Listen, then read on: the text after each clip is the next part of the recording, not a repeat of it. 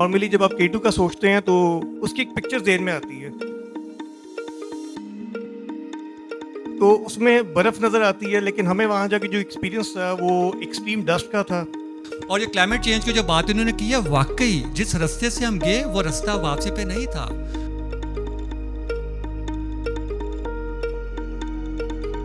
एक तरफ आपके K2 है, ब्रॉड पीक है, G4 है, टैंगो टावर है, और फिर अल्लाह की कुदरत वहाँ पे देख हम इतने मुन्ने से नजर आती है, तो फिर more humble honestly we more humble. तो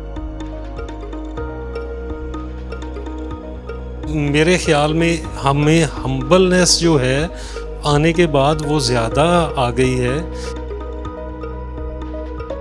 हमें देखना कि पाकिस्तान जो है ना हमारा घर है और इस घर को हमें साफ रखना है, और अब हम जो है नेक्स्ट जनरेशन क्या छोड़ के जाएंगे।